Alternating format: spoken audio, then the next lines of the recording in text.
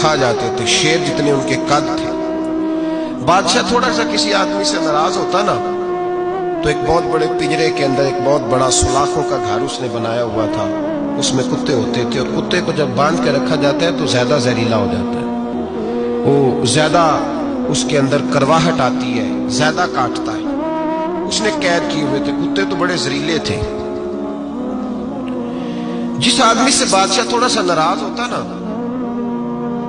تو وہ کتے کے آگے اس آدمی کو ڈالتا، کتے اس کو چیر پھاڑ کے کھا جاتے۔ یہ سزا تھی، لوگوں کو پتا تھا۔ بادشاہ کے وزیر نے بڑی خدمت کی بادشاہ کی،